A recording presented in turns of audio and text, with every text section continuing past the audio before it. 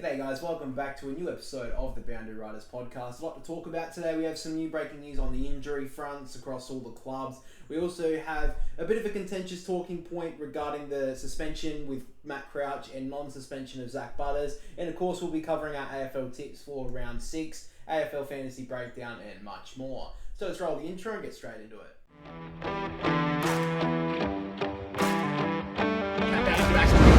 And then Rankin from the pocket, don't tell me, Isaac Rankin! Yeah. He's just got the license for a brothel. Well, I think Gather Round's going to be more than just AFL. I think this is next season. It's at the handle at the back, Nick Dacos to get the prize home! He's done it! And as always guys, joined by my brother in Jack with me. So Port Adelaide got over the line against Fremantle just on the weekend. Adelaide won their first game.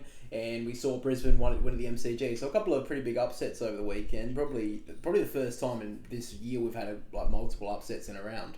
Yeah, it was actually interesting for tipping wise, to see if you could really get all 8. So yeah, well, because I think the last few weeks we've had people, especially in our tipping comp, but in general, either getting pretty high scores or everyone getting pretty low scores. But probably this week, a bit of up and down sort of stuff, I would say. But there was a couple of upsets. And of course, the West Coast won their first game as well. Yeah. So against the depleted Richmond, but nonetheless, still a good win for them. Yeah, another excuse for the Melbourne teams. Yeah, well, another excuse for them to travel to Perth. Oh my god.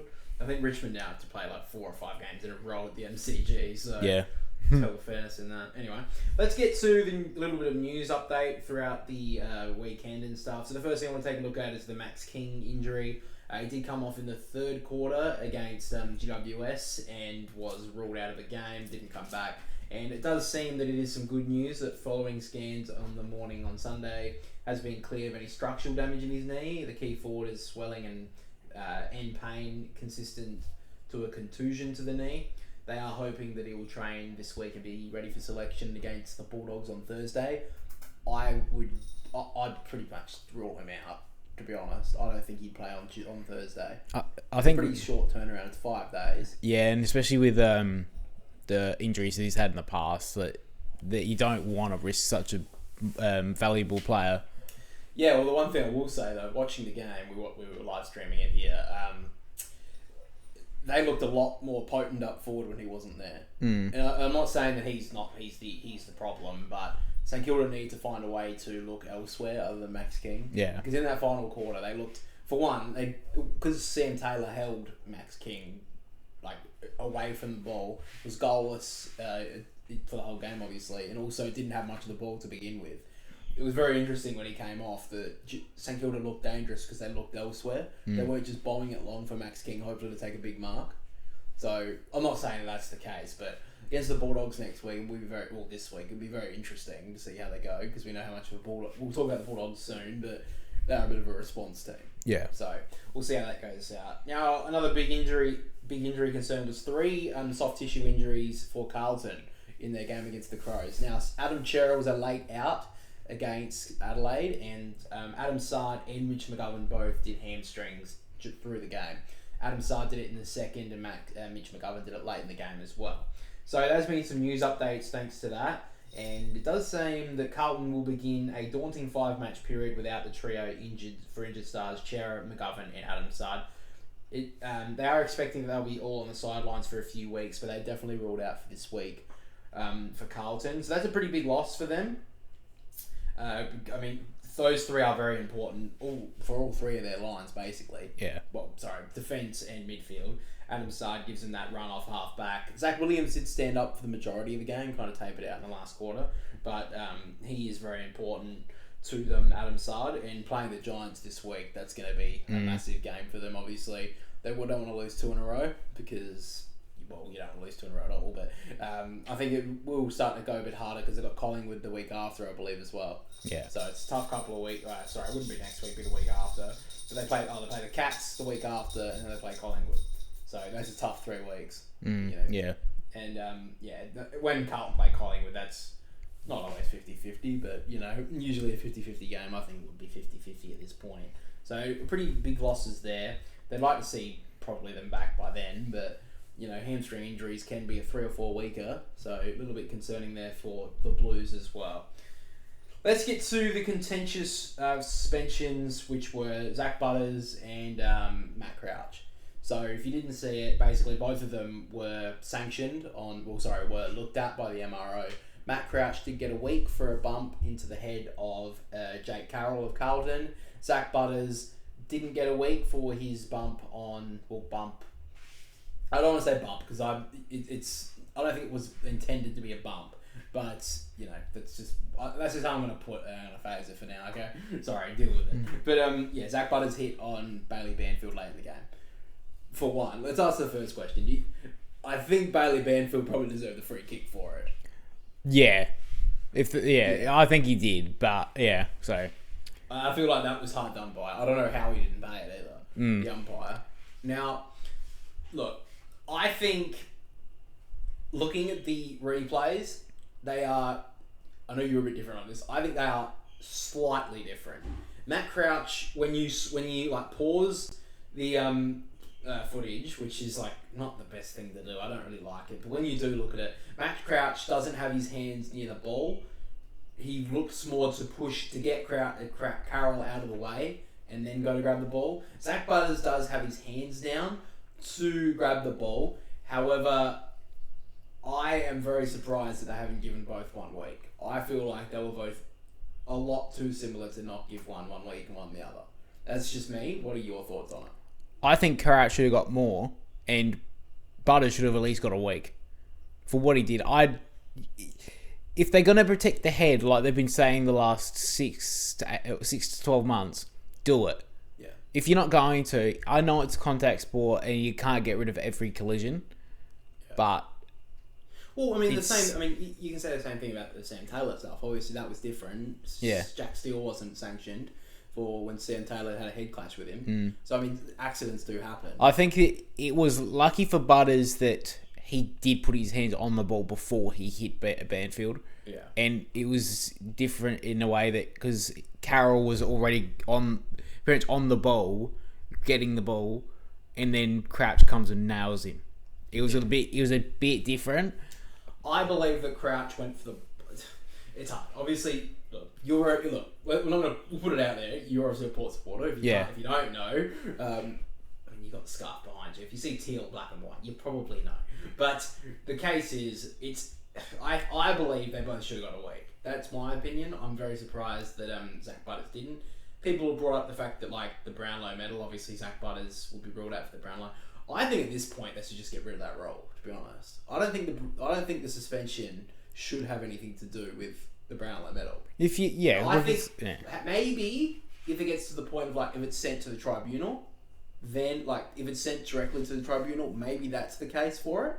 But I think a 1 week suspension, I don't think should be warranted to lose an award. Well, I think it's even more impressive if you do win it because you are missing a week of footy. Well, I think, to be honest, if you get suspended for 3 or 4 weeks, you're not going to win the Brownlow anyway because you missed too many games. Yeah. So, in a way, like you said, if you miss 1 week through suspension, it's the same thing as leaving 1 week of an injury, in a sense that you're not going to get votes in it. Yeah. Oh, yeah. So, you can say... You'll be impressed if you miss 4 matches for a hit of a suspension and then win it. Yeah. Well, I agree. I think that's the case. But I think the AFL should just get rid of it, and then there won't be the thought of, he was going to win the Brownlow, so that's why they didn't give him a week. Yeah. And I think there have been cases in the past where that's been the case. We can guarantee you that one when Paddy Cripps won the Brownlow and he hit the Brisbane player at the Gabba that night. I can't remember who it was, but... the only reason next year they picked up Dangerfield doing one. But they did it because they obviously were going to get backlash for it if they didn't suspend him. Yeah, so it does happen. You can't say it doesn't happen. Do you think that's maybe a case of why they? I think it was. Yeah. I think it was because he'd be up there at the moment. But he's got a couple of votes in the Boundary Riders medal. Yeah, so he's up there. He won it last year as well, if you don't remember. By the way. We don't take in consideration suspensions. Yeah, we don't. You can fucking knock someone out. We'll give you a vote. Well, that's the thing though. You make a good point. If you get suspended for multiple weeks, you're not going to get votes.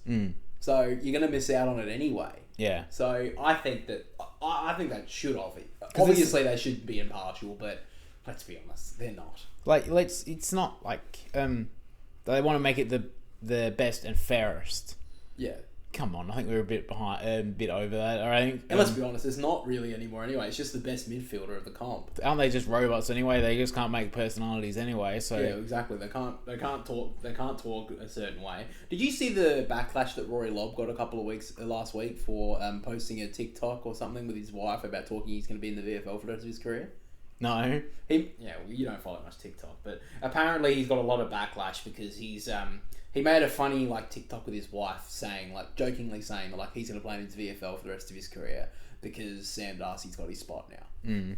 And let's be honest, and the people who are getting angry at him were the ones who were saying he shouldn't be in their best 22. Yeah. Now look, I don't think he should be, but let him do whatever the fuck he wants. As long as he's not posting anything fucking that's hurting anyone on his social media, who cares? He's kind of making a joke of himself, really. Yeah, exactly. He is. The only person the expense of the joke is at himself. Mm.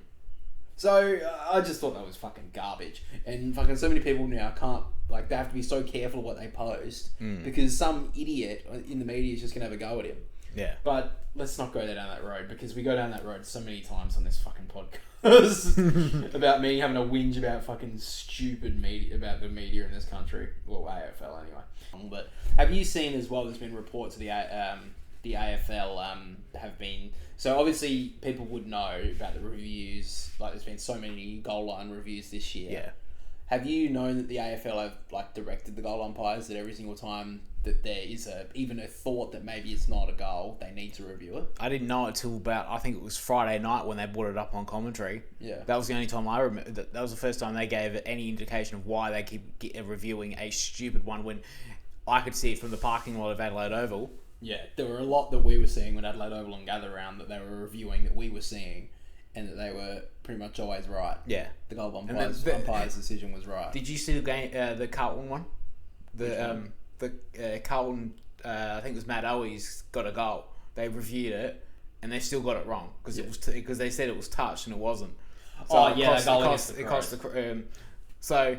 But they still got it wrong. But let's be honest, they deserved it after the week before. After the week before, they deserved it. Yeah, so I just think it's funny that even with the score, the technology, we still get it wrong. Mm. When they say, well, I know it's not going to be 100% 100% foolproof. Well, if you're going to put the technology in, it's got to be. Well, apparently the technology is going to be coming more next year. Oh yeah, well that's what the little micro thing and the chip in the ball. They're going to trial that in the VFL, I think it is. Yeah, well, I think that will help, but with that Matt Owies one with a smother that wasn't touched, I didn't think it was touched when I watched the replay of it. It was nowhere near. I think it was Braden Cook who tried to smother it. I don't think he touched it. From his reaction, it didn't look like maybe he touched it. He did indicate at first that he touched it, but then pulled away pretty quick. But they all do it. Parents all do that when it gets closed. But I think that the camera angle of it and all the cameras show absolutely no definitive evidence, which is probably what came up in the end. Yeah. But there should be definitive evidence in the highest sport in Australia. They need to have the technology like the cameras and that. Yeah. This should have been sorted out 3 or 4 years ago. We've talked about this in the podcast many times that this should have been sorted out years ago. Yeah. If you bring the technology to the sport, if you're gonna implement technology into the game, you have to go with the best. Yeah. You just have to. And the AFL can afford it. Let's be honest. Yeah, they can afford it. They tell us every year they're profiting from everything. So. Yeah, exactly. Who are they? Fucking Coles and Woolies? Yeah. Listen to it. It's Winners Podcast. You want to hear me have a rant about that? We'll talk about that fucking later. Anyway, one more thing. There's a couple more things, but one thing I want to talk about as well is Hawthorn, how they didn't play very well against the Gold Coast, but also Jack Ginnivan being they talked about all week that the last few weeks that he's not the players aren't umpired differently. And I don't know why they continue to say that. I know they have to say it, but it's not true. Did you see what happened against... did you see the push in the back that Mac Andrew did? Yeah. And he didn't get a free kick for it? Yeah. Now look, I know it's funny to make fun of Jack Ginnivan if you're a Collingwood fan, but let's be honest, 6 months ago you were whinging about it. Yeah. So don't have your sook. I'm a Swans fan. He obviously does get umpired differently, but I think the majority of it is his own doing. Oh yeah, 100%. At the start of his career, he was ducking for free kicks, he was playing for free kicks, and now it's what do you call it? It's come home to roost in a way. It's very much like the boy who cried wolf. I feel that's what you were going to say before. Wolf. The boy who cries wolf, he's saying, oh, I get a high one, he gets a high one, he gets a high one. But now, they gave it to him because he was a new player. They didn't know how he was going to play. But now they know that every single time he goes near the ball, he's going to shrug. He's going to look for a high free kick. He's going to look for something. And the umpires are like, we're not going to fall for it because we don't want to look stupid. Yeah. So it's his own doing. But that one should have been a free. Oh, That push in the back should have been a free. And the thing is as well, there are 4 umpires out there. They begged for a 4th umpire to help them with decisions. And all it does now is make it more confusing. Yeah. Because what has happened is now umpires from 50 metres away will overrule the umpire closest to the play. And sometimes they're right, which is even worse.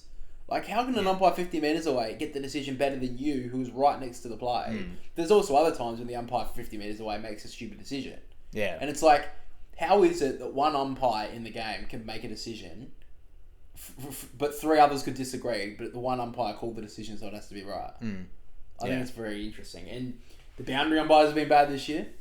The goal umpires have been scared to make a decision this year. Yeah. And the field umpires have been as bad as always. So, when all 3 of them are doing poorly, I think finally there's been some reporting on the umpiring being an issue. Yeah. A little bit. Yeah, a little bit more, yeah. But this has been an issue for a while now. It's been, I think, since at least COVID season 2020. That's when it started getting bad. And I mean, maybe it's because it's very hard to get umpires into the game because obviously week in, week out, you can see the abuse that they cop. Yeah. Which I know, look, I don't want to sit here and say, like, fucking umpires all suck. I don't want to sit here and say that. But the thing is, it's fucking true. There are very little umpires. Like, could you name one umpire right now who's a good umpire in the game? I know a couple of names of umpires, but I don't know if they're a very good one. No. Because week in, week out, they make wrong decisions all the time. Yeah. Like, the most we know is, like, Ray Chamberlain, who's not even there anymore. And he was, like, the only reason why most people knew his name was because he was different. He had a personality, which is, like, look, whatever. Like, you don't need a personality with the umpire, bro. As long as you make the right decisions, I don't care. And we're not asking to be perfect, but there are so many decisions that just get let go or don't do it. And even at, like, different points of the game. Like, start of the game, it will be paid, but at the end of the game, it doesn't. Now, look, I get that that's, like, fair, but also, I just think it's crap. Like, you got to be consistent, and they've got to be consistent on everyone. And I know that's hard to say, but you got to be in this game. And it was very interesting last week when we were gathered around with the Collingwood Hawthorn game that Janet Ginnivan got a few free kicks, which probably the ones that he did get probably weren't there, to be honest with you. But there were a couple that he should have got that he didn't get.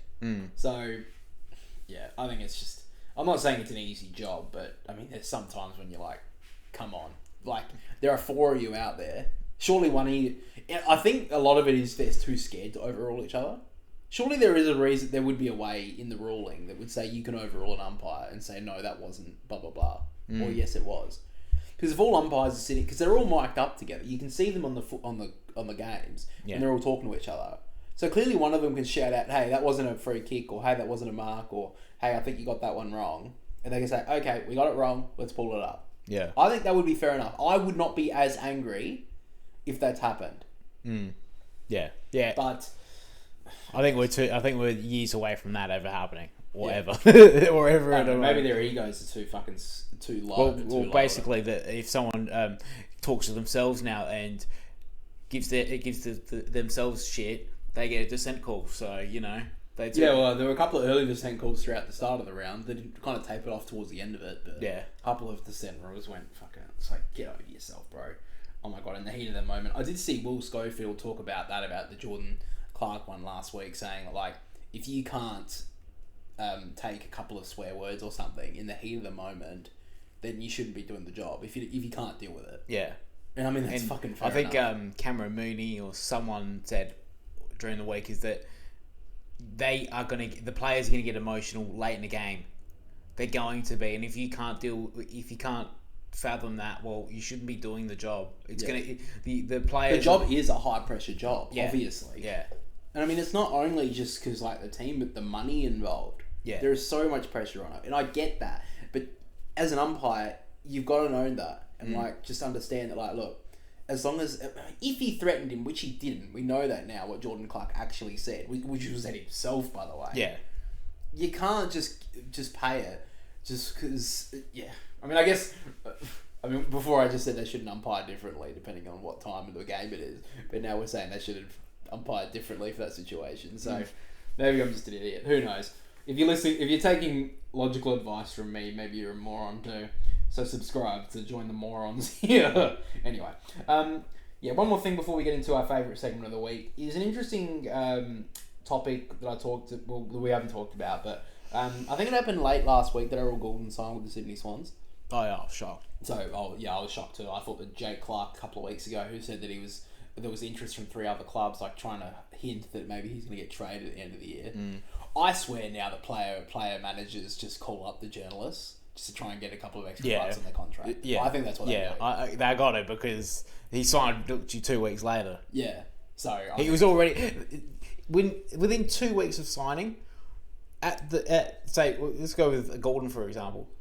That the term, the contract's already on the table. Within 2 weeks of him announcing it, it's probably on the table. Yeah, there's no way it's going to change. I did hear some interesting news as well. That Errol Goulden actually signed the contract when the Swans were playing West Coast, because John Longmire actually walked into the rooms and gave him a right smile because he knew that he signed it. Yeah, but it wasn't announced until I think Wednesday. So obviously there is a little bit of. I think there's a little bit of play around, obviously behind the scenes, which whatever. I mean, if the players were doing it, I'd say fine, whatever, do whatever you want. But it's not though. It's the managers because they get a huge cutback. Anyway, I saw an interesting part about in the Herald Sun, which is like journalism. But I thought it was interesting that Errol Goulden has revealed that Sydney's off-contract players have had conversations about keeping the core group together to try and create a premiership dynasty at the club. So I think that's actually really good, and I think that more clubs should be starting to do that. There was reports that Adelaide were actually going to offer Errol Goulden a 10-year contract to join the Crows. Well, fucking hell. Yeah, well, I think it's going to be interesting for the Crows this season, since if that's what they're already doing, they're looking at that sort of deals. It could be interesting for them. Yeah, we've seen a lot of trade stuff come through recently, which, look, take it with a grain of salt. People need to start doing that. Yeah. Like, when we see it, we're actually going to make a trade video in the next couple of weeks, so, we'll talk about it more there. But these reports are, like, framed as, like, trade rumours, but basically all they are just clubs looking at different players. Yeah. Which you got to remember, these clubs, they've got huge groups of list managers and people who specialise in trading and all that sort of stuff. They're doing this job throughout the whole year, but you only hear about them for like 3 weeks of the year. Right at the end of the season. They're doing this for the whole year. Yeah. So now, like I said, with the player managers, having a little... they always get this sort of stuff leaked.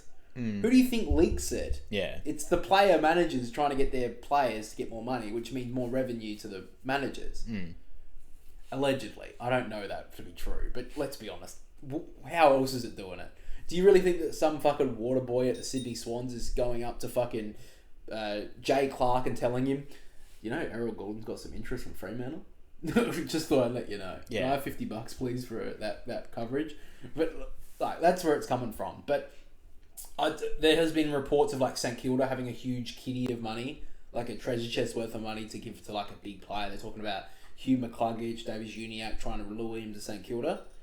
There's been a lot of talk about Hugh McCluggage as well, because he wants something about 1.3 mil, or they're talking about potentially giving him that. Yeah. By other clubs, which I don't know if he's worth that, but he's a very good wingman, all Australian wingman. Well, not should yet, have been. but Should have been. It should have been when they were actually giving.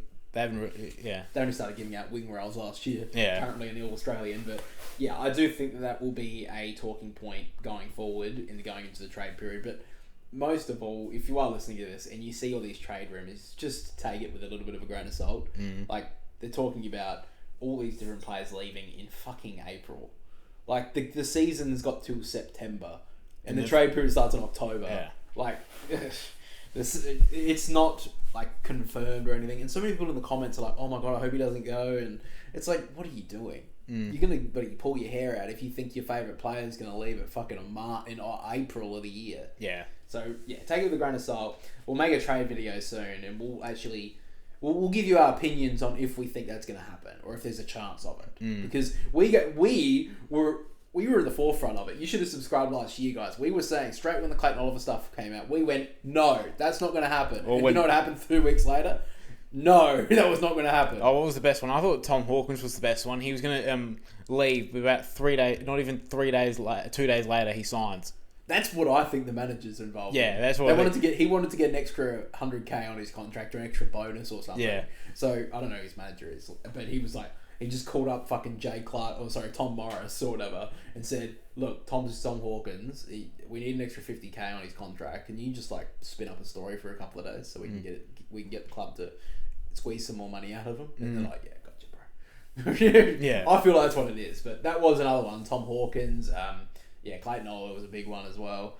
Liam Duggan at West Coast and Elliot Yeo as well. Oh yeah, all them players, all the West Coast players, yeah. Yeah, wanting to leave and all that sort of stuff. So I think that is very interesting, and that's what's just going to happen throughout the whole year now. I think it's just going to be a year. Once the first one starts, it just keeps on rolling. Yeah, well, the first one was like Cam Zerha before the season started. I think it was just during opening round. Yeah, something like that. Yeah. Yeah, so it's already starting. Just keep yourself aware that like most of it is fake, like fake bullshit, or they frame it as these clubs are interested, which is basically just saying the list manager has pointed at their name and circled it with a pen, or probably pencil so they can rub it out with an eraser later. Let's be honest. Anyway, let's move on. We are back to our favourite segment of the week. Of course, it is the Flog of the Week. Woohoo! Oh yeah, we are back with another week of the Flog of the Week. And of course, we have been giving this out every single week since the start of the season, I believe. And we've got a couple of nominees. Last week we had Tom Morris, and hasn't messaged me. I thought he'd let me know, just like, appreciate the nomination. Yeah. But he hasn't came back yet, so a little bit disappointed by that. Hopefully you're listening, Tom. If you are, just reach out. We actually we see you. We see you and we love you. Anyway, so the Flog of the Week basically is anyone in the media, anyone in the AFL space that has been a bit of a flog, someone that needs to be pulled down a notch, just be taken back a notch just to like pull them back in line. So many players get bullshit about them. We thought that the media and these different other people need to be called upon. It needs to be, told that they are being a bit of a flog.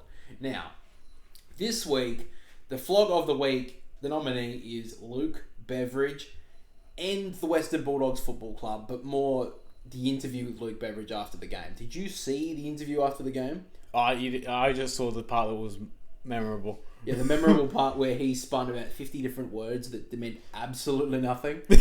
Anyway, the main part of this was more about the Tom Liberatore situation. So if you don't know, he was, I'm going to say it, concussed in that game. Yeah. I feel like you can say that without getting sued. Hopefully the Bulldogs don't come out and sue me. Because I don't have any money, so please don't. But I feel like he was concussed. Now, what happened during the game is he got a heavy knock in the last quarter, and then a couple of minutes later, he was in the middle of the ground, and he collapsed right in front of Darcy Parish. I'm sure most of you have seen the highlight of it now, well, the footage of it now, and Darcy Parish was, like, not distraught, but he was, like, calling people over to say, hey, he's gone to ground. And he kept on asking him, are you alright? Yeah, he stood next to him for a couple of minutes. Now, I'm going to be honest with you. How did no one at the Western Bulldogs, players, footage anywhere, runners, the water people, anyone not notice it? Because, funnily, the one thing when Brian Taylor was actually paying attention to something in the football, he noticed it as soon as it happened on the ground from the commentary box. Yeah. So you're telling me no water person from the Western Bulldogs, no player from the Western Bulldogs, no anyone noticed a player going down? Like, you tell me that so many people, like, they have so many cameras on the game, and when they have a head knock, as soon as a head knock happens, they have been saying now that every single piece of head knock gets looked at on the bench. Now, it was pretty quick. Well, it wasn't even that quick that they took him off. No. Or whatever. It took a few minutes for them to realise, we need to get him off the ground. Which I felt like was, come on, they've got to get him off the ground here. Now, I get Tom Liberatore, like, is a pretty tough player. He doesn't want to get off the field. So, when Darcy Parish was saying, are you alright? Most of them were like, he didn't get off the ground. But there were a couple of Bulldogs players behind the play that were, like, 10 metres away that didn't even react. As a Bulldogs player, surely you're like, bro, you need to get off the field. Yeah. I just thought that was pretty shit. But anyway, after the game, Luke Beveridge said that, I don't know why he said this, but he said something to do with like, it was his ankle. Yeah, he twisted his ankle. He twisted his ankle. Now look, maybe just, if I'm Luke Beveridge, you've already got a lot of pressure on you. If you don't know, don't spin that. Spin the normal line. I didn't see the footage. I didn't see it. Just go with that. It would have been better than trying to fake saying, I think he twisted his ankle. Yeah. And then after the game, it has been reported that Tom Liberatore has passed a concussion test. However, the club will launch its own investigation into the health and in the light of the vision. Jake Stringer's tackle earlier in the quarter and the contest with Nick Hine moments before Libra fell to the ground in particular interest. That's just Mitch Cleary having a wank about talking about it on 7 News. So good on you, Mitch, you wanker. You'll probably be on the Flog of the week next week. But I can't fathom him passing a concussion test when he's collapsed on the ground like that. Now, look, I'm not a big expert in concussion. Shocker, I know. You're listening here for CTE knowledge, not football, which is like very minimal knowledge of, I think I know a little bit more about football than concussion. Let's put it that way. But surely there is something wrong if he is collapsing on the football field. Yeah, you don't have that happen. Straight up, like a couple of minutes after a head knock. And he was pretty woozy after it too. And did you realise as well that he got a touch after that too? He actually got a disposal after that too. So I just felt like the Western Bulldogs as a whole, they had a crap game, let's be honest. But to come out and now they have officially ruled him out. So okay, that's good. But I feel like a lot of that is just saving face. Yeah. Saving face of we don't want to get in trouble, so we'll just take him out for this week. Surely, on the footage alone, he doesn't pass a concussion test. No. Because they say they go through all these protocols. Hey, I'll tell you right now, if a player collapses on the ground, that's all you need for evidence to say he hasn't passed a concussion test. Yeah. He won't play next week. So for the Bulldogs to come out and say, or the doctor or whoever it was, to say, he passed the test. What the fuck is the test then? Because that's just ridiculous. So that's why the Bulldogs, Luke Beveridge a little bit, I'm going to give it more to the Bulldogs and the medical staff there for the Flog of the week. One, for not being able to get to Tom. One, to not even, no one on the ground paying attention to that at all. Missing that. There are so many people out there, Western Bulldogs officials, water people, players, and no one noticed a player go down in the middle of the field. And imagine if commentary blowhard Brian Taylor saw it. Yeah, and maybe it was lucky that Darcy Parish was next to him, because if it didn't, maybe then none of it would have been seen. I don't know. Fucking hell. That's why he's got the Flog of the. That's why they've got the Flog of the week. Anyway, guys, I just was stunned when I heard that. Yeah. That he passed the test. No, he did not. Yeah. Medical expert right here says no, he didn't. After seeing footage of him collapsing on the ground, I'll tell you right now, he did not pass the test. Okay, let's move on. So let's move into our tips for round 6. Now, there will be a bye for Melbourne and Richmond this week. So probably lucky for Richmond that they've got so many fucking injuries. So they're probably the bye is coming at a good time. But we start right at Thursday night. St Kilda versus the Bulldogs. I've gone with a surprising pick. I have picked the Bulldogs. On Friday night, the Crows versus Essendon. I have picked the Crows. Saturday afternoon, I've picked Collingwood over the Power. Saturday evening, I have picked the Giants over Carlton. Game of the that one, by the way. Saturday night, I've gone Brisbane over the Cats. Saturday night as well, I have gone Fremantle over West Coast in the derby. Sunday early game, I have picked the Swans over the Gold Coast. And then Sunday mid-game, not mid-game, it's the last game of... The last game on Sunday, I have gone Hawthorn over North Melbourne in the Battle of the Cellar Dwellers, basically. So who's going to get their first win? Who will get their first win? So, let's get into your tips. Who have you gone for this week? I've went the Bulldogs over the Saints. I've went the Crows over Essendon. Collingwood over Port Adelaide. I went Carlton over the Giants. Brisbane over Geelong. Freo over West Coast. The Swans over the Gold Coast. And Hawthorn over North Melbourne. Okay, so we've got one different this week. I thought for a minute we were going to tip all the I thought we were too. Alright, let's start with the first game, St Kilda versus the Western Bulldogs, because I think that'll be a contentious one for a few people. The only reason why, well, two reasons why. One, I think that the Bulldogs can kick a winning score here against St Kilda. I don't think that St Kilda will be able to kick a winning score without Max King. That's just my opinion. I don't think he will play.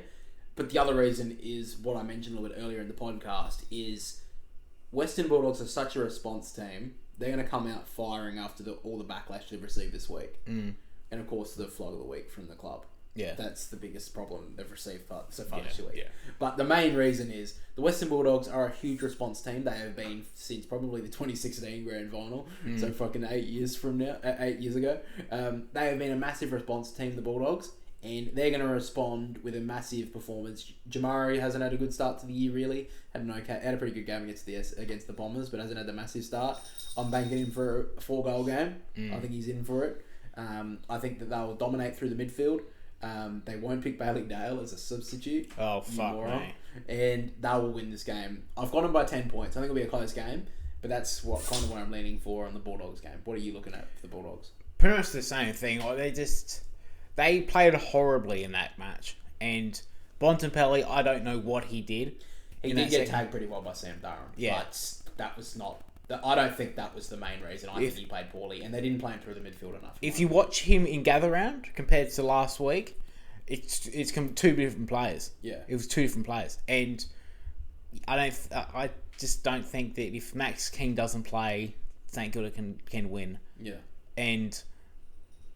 yeah, I think that's... And I think, to be honest, Liam Jones and their backline are playing pretty well at the moment. Buku Kamas, both of them are playing all right. As long as they look okay, but then they concede 10 or 11 goals. Yeah. They conceded, I think, 9 goals in a row against Essendon. Yeah. Or 5 goals, sorry. They conceded 5 goals late in the game. Yeah. So, yeah. And they didn't kick very well against Essendon either. But, yeah, I do think... So if Max King doesn't play... Liam Jones and Buku Kamas one of them could have a field day. Yeah, just playing backstage in a set role as well. Yeah. After that, let's take a look at the Crows versus Essendon. Big game for the Crows because they haven't won a game at home this year, so they haven't been able to make it the fortress it has been since last year. They do come up against Essendon off a big win against the Bulldogs. I've gone the Crows, 1, because it is at home, and 2, because Essendon, they've not won 2 games in a row this year. They've had a good game, and then they've had a shocker, and they've had a good game, and then a shocker. So they're in line for a shocker. So I just think the Crows, I think Taylor Walker will be able to have a good game against the Bombers. If he doesn't perform, though, I'll give the Bombers a bit of a chance. But at home, I can't go past the Crows here. Yeah. If you look at the Stephen Rowe, they're back. But that's, I do love listening to Stephen Rowe when they lose. It always is a bit of funny. But yeah, they won this week and they're back and they're back to their best. It's like, they beat Carlton, but it was still Taylor Walker again. Taylor Walker, they did change a few things up. I've went the Crows because it is at home. Taylor Walker should win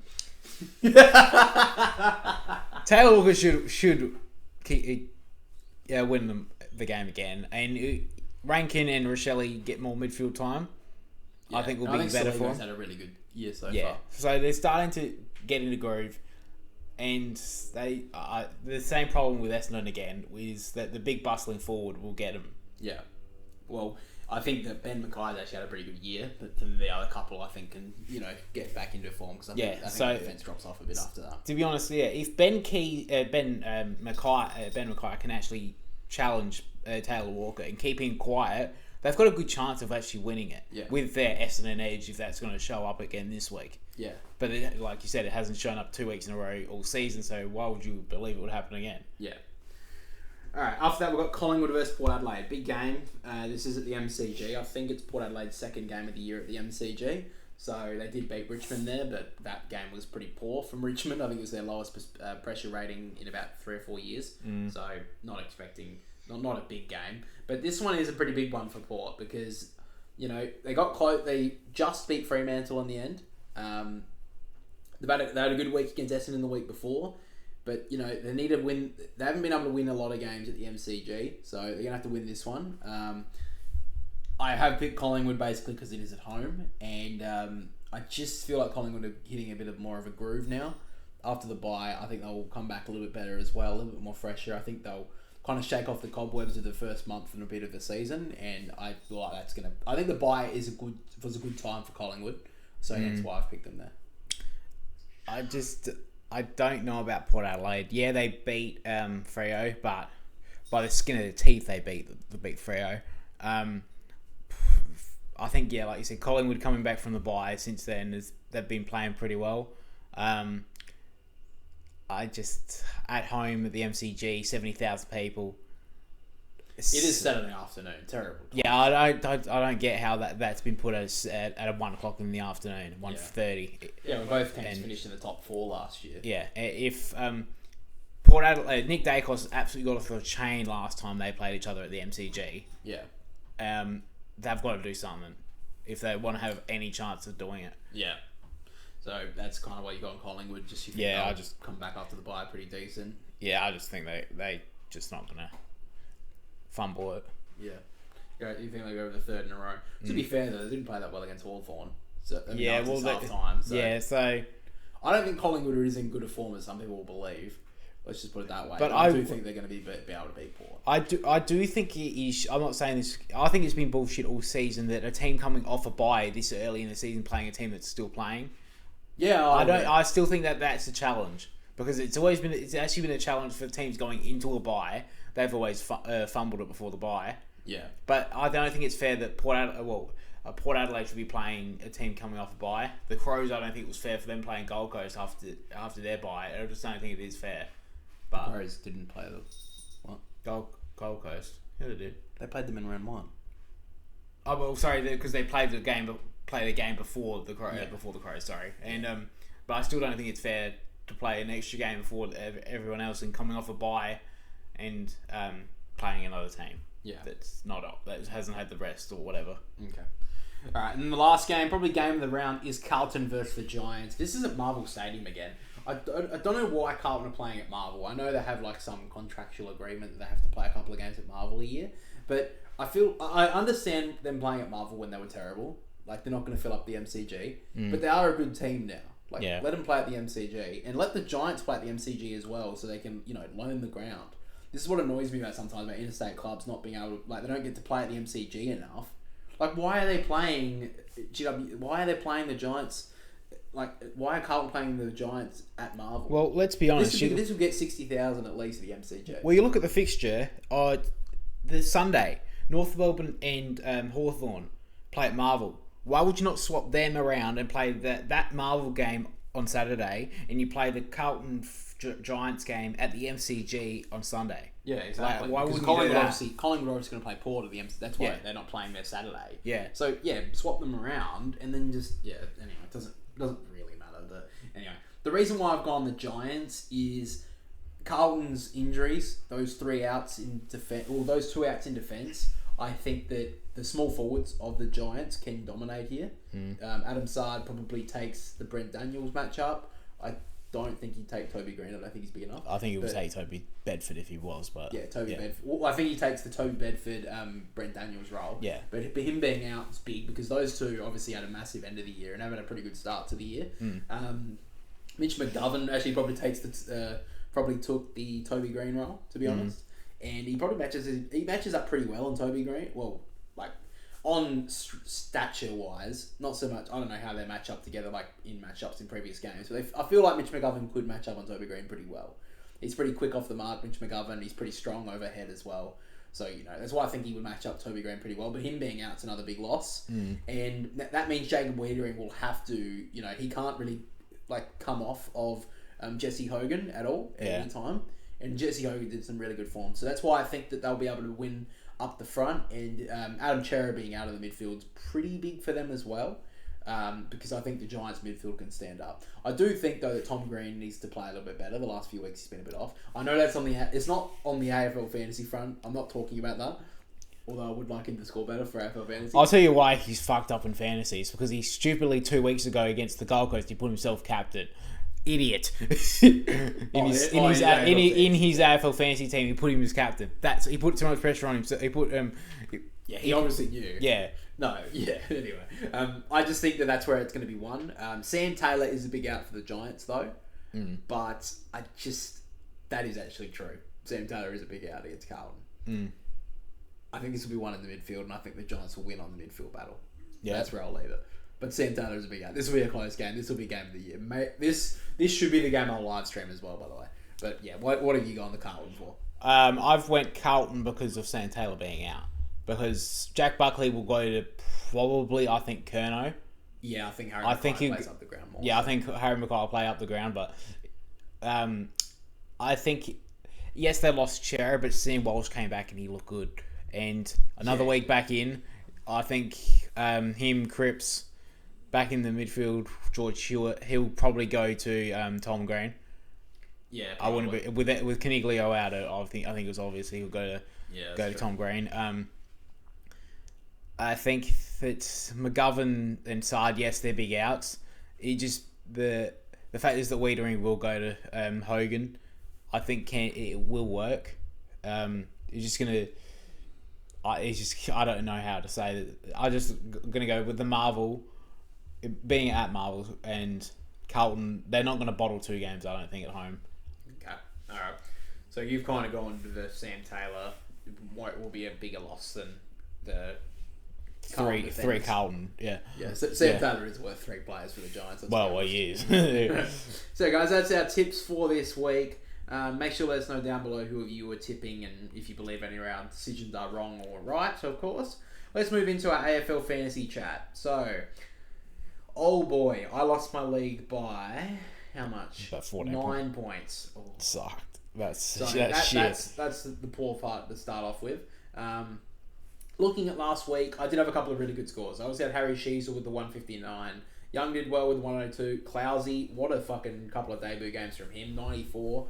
And I think he got 95 in his first week. He did. So he's just on fire. Elliot Yeo and Williams did really well as well, all in the 90s. So everything above 90 on defence. But then you get to the midfield. Oh boy, this is where it tanked. Tom Green, 72. Nick Martin, 85. Bontempelli, 53. Riley Bonner, 80. So all these players are lower than their average, by the way. Tuke Miller, 94. Jeremy Sharp, 65. McKercher obviously got the 2 with the injury. So all those midfielders scoring under their average. Now, the only saving grace a little bit was Davey Gignac got 104. That was my saving grace in the midfield. So not very good. I did put my vice-captain on Max Gawn, so I did get 149. Although, in saying that, the captain that I had it on was Harry Sheezel. Yeah. So I would have actually won if I left it on Harry Sheezel. So whoever, obviously we're doing our NFL Fantasy League with you guys. Whoever beat me, I don't know who are you. Let's have a look. Let's see who you beat me. Ty, you beat me, so good on you, man. You got lucky. But anyway, yeah, that's one of the that kind of shot me in the foot. Looking at the forward line, a couple of good performances. Sam Flanders, 125, well done for him. Tom Power, the 113, was happy with that. Dempsey and Wilson both got 70, so I was happy with that. But then I had Jackson Mead. Now, I thought he had a pretty good start to the year for Port. I thought that he cemented himself in the 22 as like a second string midfielder. But Ken Inkley didn't believe me. So he started him as the sub, came on in the last quarter, scored 14. Oh, that's not good. Caleb Windsor as well with 34. So not good all round. Now, the thing is as well, I only had one player in the bye, which is Nick Dacos. Didn't have any Sydney players. Well, I did have Brody Grundy, but yeah, that was one thing as well. A couple of players on my bench that would have been a lot better to put in my team. Aaron Cadman going 64. Harvey Thomas with the 81 would have been a lot better. See, so if I wouldn't have put out Jackson Mead, but I could have put out Caleb Windsor. and then I would have won that game. So that's where all my annoyances lie, really. And now let's get to my trade. So I've got rid of Blake Howes. I know he's not going to lose any. He's not going to gain any more money, really. He's 407, so I think he's kind of banked out. And I got rid of Jackson Mead. So that's in my forward line. He lost money because of that sub decision. So yay. Anyway, so I picked up the Gold Coast defender midfielder in Graham. It's his second game. Last week he scored 100 as well, and he had 14 tackles. So he's not losing his spot because defensive pressure. I feel like that they just love that at the Gold Coast, like a little. Especially under Damien Hardwick, they love that. Yeah, so he's keeping his spot, and I have picked up Charlie Comben at this stage. Now look. 69, you may think is bad because of the 107 he scored in his first week, but I think if he's going to score over 60 a game for now, like if 67's his lowest, I will be fucking happy with that at a price of only 400 odd. So I've kind of gone with not two downgrades, but two players sort of lower than the players that I had. So I've got a little bit more money in the kitty. I did think of getting rid of Caleb Windsor because of his bye. But the only reason why I have kept him is because I think Jackson Mead's going to be the sub again. So that's why I've gone with that. They do play early Saturday, so because North Melbourne don't play until Sunday, I may change that trade around if Jackson Mead isn't the sub. If he is picked in the main 22, I may put him in the team and then get rid of Caleb Windsor. Wait, can you do that before the buys? Or I don't know if you can. Yeah. So you can because change the your trade. buys are because they lock out after the last game. Okay, well if that is the case, then I may change it to Caleb Windsor. But yeah, at this point, that's what my trades are. So I do have 233 cash in the salary remaining. And then next week, I'm looking to trade out probably one of my forwards. And I think next week, guys, I thought it was this week because it is round 6, but I think it's the end of round 6 they do the positional changes. I think next week they'll be doing the positional changes, and that's when I'm going to make some big changes. That will be like the Nick Martin going to defence, definitely. Bonner will get defence. Matt Roberts as well will get defensive status. Everyone's going to get defensive status. It's just going to be interesting who gets forward status. Yeah, that's what I'll be looking for. Who's going to get the forward status and see if there's anyone that actually could be useful getting. I think there'll be a couple of like real ones that I can swap out of my defence. But the thing is, at the moment, my defence is like, other than maybe Zach Williams right now, everyone else I'm happy with. Like Sheasel, lock. Young, lock. Dacos, like, look, he's not the worst problem in my team right now, so I'm going to keep a 99 average player. Yo, lock. Clousey, lock. So, like, I don't really need to change much of my defence. The luxury that I do have, if, like, one of Nick Martin, Matt Roberts, or Bono is going to get defensive status, you would imagine. Yeah. So, the luxury I do have next week is I can swap Zach. I could trade Williams out, pick someone low priced, and then, cash in like 500k here, swap one of them, Matt Roberts or whatever, into the defense. Yeah. Have a midfield rookie, and then, swap that around. Because I don't think Sanders will get dropped, and I think that he'll get a full game. Because obviously the back line he's going to see. So I think that Sanders is still worthy enough to be in the midfield at the moment, maybe. So I don't think I have an issue there. That could rocket me from like a forward that I have at the moment into a potential, maybe not Heaney, or maybe even Heaney, but even just a top forward at this stage. That's what I'm kind of looking at right now, because I think it's really hard to pick a forward line. I think I've got two of the better ones in Flanders and Powell, so that is good. I think there's really only, you got Zorko, Heaney, and that's basically it you've got for forwards right now. That is basically it. I mean, you could pick Jackson, but I feel like as soon as Darcy comes back, that's not a choice. I think that's going to be the interesting one, because I think he will be back this week. They were contemplating playing him against Port Adelaide, but I think Darcy will be back this week. Yeah.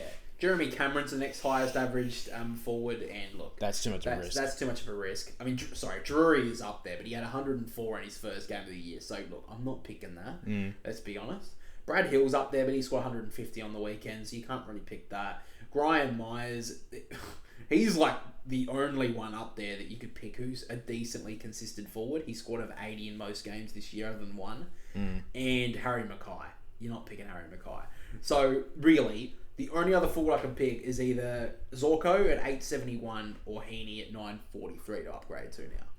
Until we see the positional changes. But I'm going to be honest with you. I don't know who's going to get forward status from the midfield that you could pick from right now. There is no one I can think of that I'm like, oh yeah, he's a good choice. Yeah. I don't think so. So that's where I'm looking right now, guys. That's really all my AFL fantasy stuff that I want to talk about. We'll talk about the league in a second, but go through your team. What are you looking at? So last week we had a shit one because I had Christian Salem who did his hammy in the first 5 minutes of the game. Did you have McKercher as well? Yep, I had him on my field too. Yeah. So yeah, I got 7 points from 2 players. Score. I had Bontempelli who played shithouse. I had Gallagher on my team who got 29. So I had some good scores, and I had Riley Sanders. What did you get in the end? 1788. So you scored worse than me. So yeah, I know. I was shithouse. Yeah, because I got Sanders as well, who got 39. On my bench, I had Howes, who had 68. I had Darcy Wilson, who got 70. No one else, and then every other score really was above 80, really. So I had Flanders in my midfield. I had Butters, who got 113.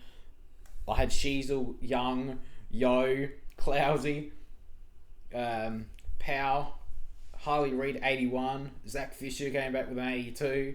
So if it wasn't for such low scores, yeah, there wasn't any of that middle ground. It was just either plummet. It was to the bottom or it was high. Decent, yeah. So yeah, So besides from that, yeah, who was your captain in the end? My captain was the same as you. I had it on Sheasel, but I had VC on Gorn, so I took Gorn's score. So you're not taking it. You're not going to say no to a 149. Yeah. So I'll take that. So my trades this week were so I got rid of Caleb Windsor and I got rid of Christian Salem. At the moment, I've got Garcia from the Saints and I got Isaac Heaney. Okay, so I think you don't upgrade to Isaac Heaney. Yeah, because like I was just saying, there is no one to pick up forward. Like you've got him, Heaney's the top, Zorko's second, and then like most people started with Flanders, so I'm not really counting Flanders in this.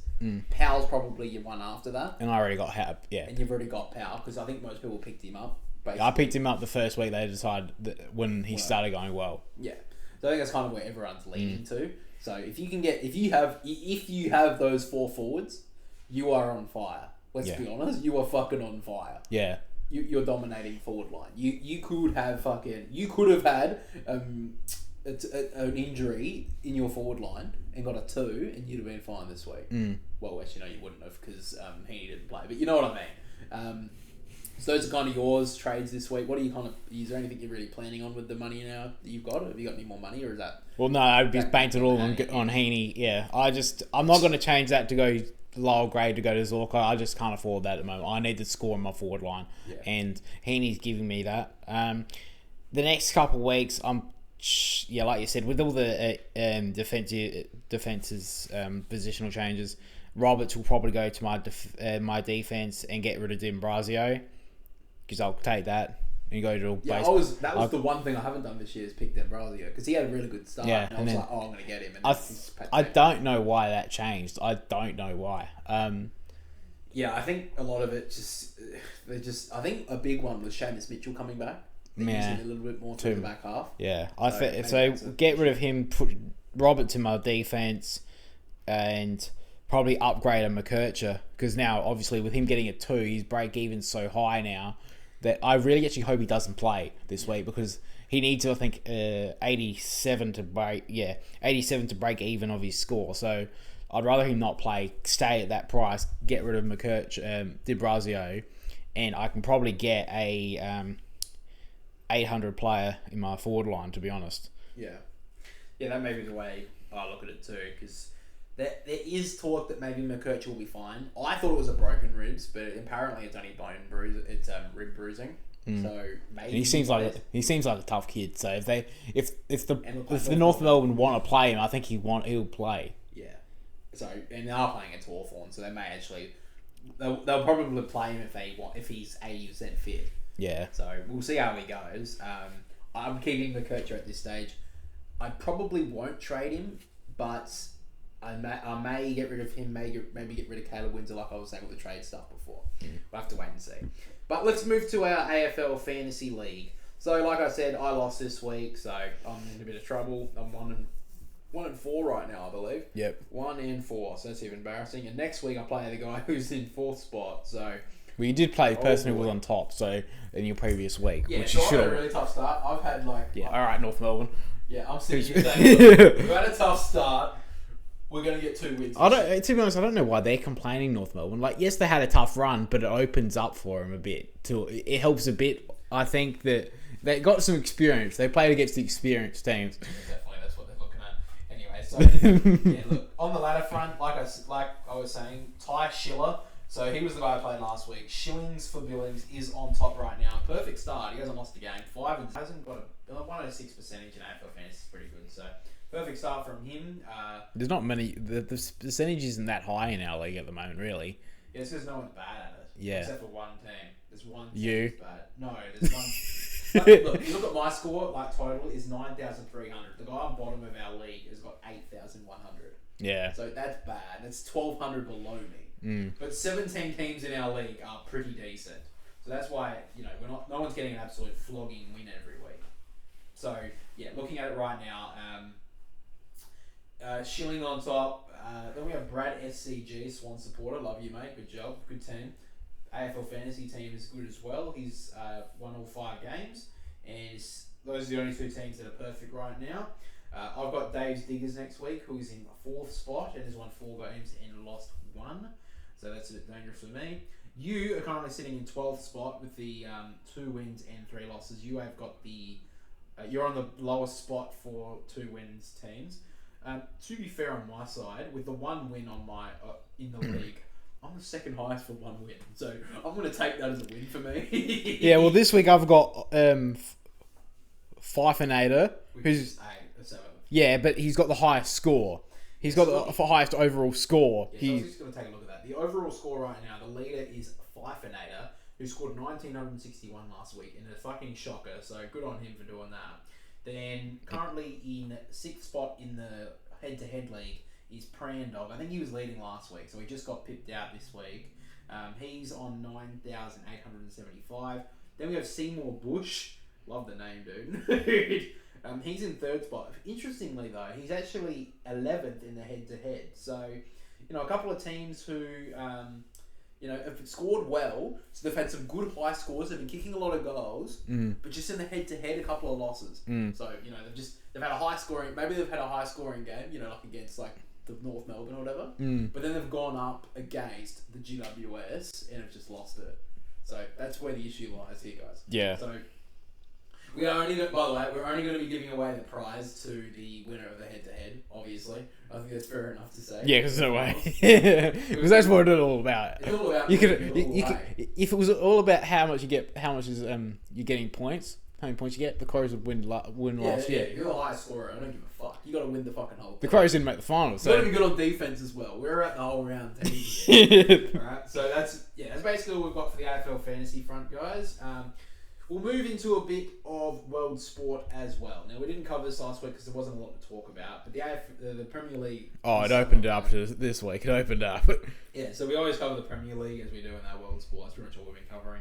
The one thing I do want to cover first, though, before we get into that, is the Bundesliga. Yep. So, it's fun.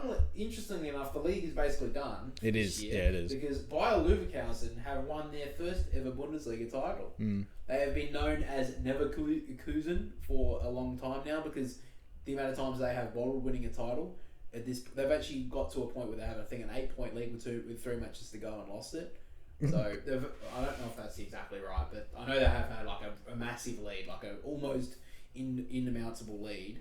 Like it can't be beaten, but somehow do bottle it. They have how many games they got to go? They've got 36 games. So they've got 7 games to go. They have been able to claim the title from here. Yeah. Massive performance from them. It shows that Harry Kane is just the curse. I think that's the best thing about it is that they hadn't lost the title in 12 years, and Harry Kane shows up and they lose it. Yeah. So Bayer Leverkusen basically have been known as like the club that trains up a lot of good German players, and then they leave, and then they're going to Bayern Munich, basically, or sort of like Dortmund, but like a lesser Dortmund, basically. But they have actually gone on to win the league, basically led by their manager, Xabi Alonso, in his first 18 months, basically. First 18 months, yeah. Do you think... I don't think he should leave. I think he should have a year in the Champions League with Bayer Leverkusen and see how he goes. But I do think there are so many clubs right now looking for a new manager. You've got, obviously, Liverpool. I think Barcelona will be looking for one soon. Chelsea will probably sack their coach soon. Yeah, fucking... Chelsea need more than a manager, so I don't think that's the case. But do you think he is an ex-Liverpool player as well? Do you think he would go? Do you think he's going to go? No, I don't think he is. I think he's said that he's not considering it. Yeah, we hear that a lot. But yeah, I know you hear that a lot. But I don't think he's going to. I think he wants that. I think he wants the challenge of the Champions League to see how good his team can go. I mean, to be fair, if he does go to Liverpool, he would play Champions League. But I think, we haven't seen him prove himself in the league in the Champions League either. He's currently playing in the Europa League. Yeah. Yeah, which I think they're the quarter final. Yeah, they won 2-0 in the first leg, so. Yeah, they should go through. Yeah. But they haven't. I still don't think they've lost a game this year. No, and that's the amazing thing is they haven't lost any football. Yeah, in any competition. So yeah, I think that's brilliant from them, and it's good to see. It's fucking annoying. Like it's also like the same as the French league when the PSG win it every year. It's like who the fuck wants to watch that? Because it makes no sense. Like it's even getting a bit annoying with the Premier League when Manchester City win it every fucking year. But at least it's a bit of a challenge as well. Yeah, well, true, and I mean. At the moment, we'll talk about the Premier League in a second, but it looks like Manchester City may go on to win it again. I think it's very good to see that Bayer Leverkusen have won it, and I remember playing them in FIFA, and I was like, oh, that's a pretty cool team. So good on them, a good win from them. Let's get to the Premier League, and what a night it was. So, yeah, we'll move back to Saturday night, Sunday morning, basically. We've got the games going through. We've got Newcastle winning 4-0 against Tottenham at home. That was a pretty big loss for Tottenham and Ange Postecoglou. Brentford won 2-0 over Sheffield United. Burnley drew 1-0 to Brighton. Oh my god, the Burnley keeper should be fucking sacked. If you are from Australia, watch Optus Sport, watch the Burnley v Brighton highlights. Watch that, and then just think to yourself, well, at least I'm not having as bad a day as that guy. Because what a fucking mistake. Anyway, Manchester City won 5-1 against Luton Town. That's a pretty easy win. I don't think anyone would have seen that not happening. Nottingham and Wolves drew 2-2. Bournemouth and United drew 2-2. West Ham lost 0-2 to Fulham. Sorry, Fulham won 2-0 to Fulham. Fucking hell. Fulham won 2-0 to West Ham. And then to the two big games and the two big losses to title contenders. Arsenal lost 2-0 at home to Aston Villa, and Liverpool lost 1-0 to Crystal Palace. At home as well. So that has opened the title race right up now. Currently, City have a 2-point lead on Arsenal and Liverpool. All have played 32 games. Arsenal do have a better goal difference than City, but right now, Manchester City a 2-point lead on the top of the table, and in years gone past, they don't tend to bottle it when they take the top. No. Especially this late in the season. We have seen Arsenal and Liverpool do it. Yeah. But they haven't done it. To be fair, Liverpool had some massive chances. Andy Robertson did make a great defensive save in the game, so it could have been worse. It could have been 2-0. It could have been 2-0. But Liverpool had so many chances in that match to win it. They showed, though, that if pressure gets to them, they tend to... It happened again. It happened again. The pressure got to them again. And to be honest, it kind of did it again to Arsenal as well. Like for the second year running. Yeah, I do think Aston Villa did play quite well. Oh, yeah. I don't think it was like Crystal Palace. It was always the danger game that Aston Villa, because Aston Villa, as we've seen all season, being fourth in the league, they have shown something. Yeah, exactly. That's why I just don't think that... I think it's very different, the Arsenal game. I don't think... I think they have bottled it to an extent, but they did have some chances, but Aston Villa did come at them. Yeah. I feel like Crystal Palace had 2 chances in that game and they scored one of them. And the other one just got saved in the end. And they made so many great... They did make a lot of defensive, great plays from defensive players, from Crystal Palace. There were a lot of saves from not only the goalkeeper, but from defensive players. I'll say that Nathaniel Klein, he used to play for Liverpool. Just let it go. Move out the way and let us score. That would have been the nicest thing instead of blocking it. Was he at the club when they won the title? No. No, I think he just left. Oh, that's Well, fuck you. Don't fucking let me go, you dogs. Anyway, looking at the Premier League table otherwise, so right now, City are on top on 73 points. Arsenal are on 71 points in second. Liverpool are on 71 as well with their -8 goal difference on Liverpool, so they're going to have to win it on points at this point. You would have to think Liverpool. Aston Villa are in 4th spot with 63 points, so their best position right now would be 4th, but a great win from us against Arsenal, so they give themselves a real chance at Champions League, and well, they're currently in the Conference League, so and they're probably going to win that. They are playing absolutely fucking shocking teams anyway around Europe. So that's what happened with West Ham last year to get to the Europa League, because they just dominated every team in the fucking Conference League. They just got through and won it. Tottenham are currently in 5th spot on 60 points.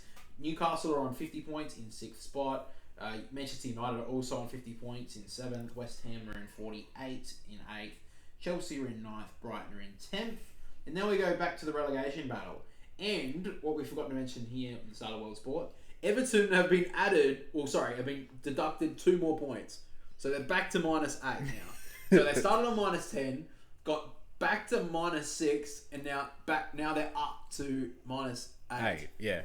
What a fucking confusing piece of shit. Anyway, so it brings them back in the relegation battle, which is good to see. It makes it interesting for us. Well, So fucking hell. right now, Brentford are in 15th spot on 32 points. They have basically got away from it now, I would believe.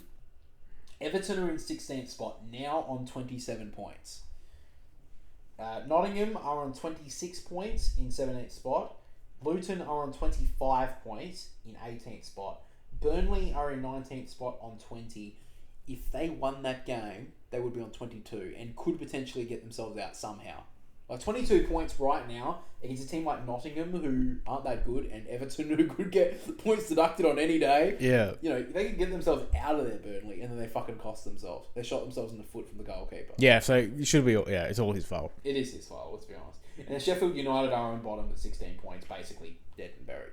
Yeah. That's basically it. So, Nottingham Forest, as you probably remember if you've been listening, they have lost 4 points to begin with. But right now, I still believe the bottom 3 currently right now are going to get relegated. I feel like that's probably the case. But, well, Everton, look, out of their hands, really, those point deductions. I think they'll be fine. They do have 2 games in hand as well. So if they can get a couple of points, they'll get themselves away pretty easily. Nottingham still are sitting there, though. And if Chris Wood doesn't... You know, Chris Wood's been a very high scorer for this year, the New Zealander. But if he doesn't score, they're in trouble. You know, they've got a pretty tough... Let's have a look at their next... We'll look at the games coming up for Nottingham as well. I just want to take a look at the form guide. So right now, Luton Town have one of the worst form guides right now. They've only won 1 of their past 5. Nottingham have won 1. Have drawn in 3 of their past 5 games. They've been able to gain points. The same with Burnley as well. So that's why they shouldn't have fucking drawn that game. Yeah. Absolute fucking mare of themselves. They just fucked that up. Looking at the next few games for Nottingham, big one against Everton next match. That's April the 21st. That's Saturday night, Sunday morning. Big game. Whoever wins that, basically, if someone could win that, that basically gets them out of there. Yeah. They won't be in the relegation zone anymore. Going forward though, they have City after that, Sheffield United, Chelsea, which is, who knows, and Burnley. Their last 5 games are big. So, Burnley, Sheffield, and Everton all in the relegation battle here. Yeah. They got Burnley away, Sheffield away, and Everton away. And they've got City away. Jesus Christ. They have 1 more home game and it's against Chelsea, which, look, they can probably win that. But at this point, Nottingham put themselves in a really tough spot. What do you think about the relegation battle right now? Do you think... I think it's set. The only team I think goes down is could be Forest, but it's opened it up. Yeah, especially because I don't really know if they can win any of those games. I think they can win those games away, but they're gonna. It's away from home is always hard, especially in a relegation battle. So Luton Town's next 5 games, they've got Brentford at home, Wolves away, Everton at home, West Ham away, and Fulham at home. So that game against Everton in a couple of weeks, that's going to be really big as well. Coming right up. And then looking at Burnley's final couple of games, Jesus Christ, I think they've set this final couple of weeks really well. They've got Sheffield United first, away. They've got Manchester United away, Newcastle at home, Tottenham away, and then to finish it is Nottingham Forest. Oh, what a beauty. They'll be gone because they've got three in a row. They won't. I really hope that Burnley do somehow pull out, that they can almost get it to the final day. Because, I mean, it looks like at this stage... Look, I'm not counting out Arsenal-Liverpool just yet. You don't want... I can't do that just yet because they're only 2 points behind. Who knows if City will... maybe they will bottle it. Who knows? But... It would be nice. it would be nice, yes. But the relegation battle is always good to see on the final day as well. Yeah. You know, obviously if you're not involved in it, if you're a supporter... Oh, I'd hate to be as a supporter of one of those teams in the relegation zone and think on the final day... Yeah, you'd be fucking... But you would be ecstatic if you survived. Yeah. And I will be watching for Luton. Hopefully they can survive somehow. I wouldn't mind seeing Everton or Nottingham go down. Sorry. That's just me. Anyway, guys, that's basically all we've got for you on today's episode of the Boundary Riders podcast. Thank you for watching and listening. If you did listen to us on Spotify, make sure to leave us 5 stars and make sure to follow as well so you are notified on every single episode. And I see a few of you listening over there. Please leave the 5 stars. It does help out a ton. I went with the mean approach first, but maybe I'll go with the nice approach this time. And we are also posting the reviews over there as well. So make sure to go listen to them. They come out every Monday morning. Or whenever the day after the last game comes out of the round. So I think this year Anzac Day is before then, so you won't have it any later than Monday. But yeah, that's basically all that stuff. And then on YouTube, of course, make sure to like and subscribe. And this would have been on Monday now. This will be coming out on Wednesday. So if you haven't watched the new video essay that we made, the new mini doc, I don't know why I'm saying I did it. Anyway, we made a new one about the 20th AFL team. Obviously, we had Tasmania joining the AFL in 2028. They are expecting. So it's a video of like just doing a little bit of a research about who could accommodate for a 20th team. So if you do like that sort of stuff, like it only goes through about 14 minutes, so it's not like a long video. You know, you can watch it while you're eating your breakfast in the morning, or you know, at work trying to avoid something you want to do, or avoid your homework. You know, that's a good thing to watch. Very informative. Just say, Mum, I don't want to do homework right now. I'm learning who's going to be the 20th team, and then your mum will come in and watch with you. Okay, or if you want to get her away, just say, look, you don't follow footy, Mum, go away. Alright, so, but yeah, I do really appreciate you guys watching them because they do take a long time to make, but they are worth it. I do really enjoy making them. So, if you haven't watched that one yet, make sure to go watch it. But yeah, make sure to like, subscribe on YouTube for the podcast. Thank you very much for listening and watching. We'll catch you all next week. See you later, guys.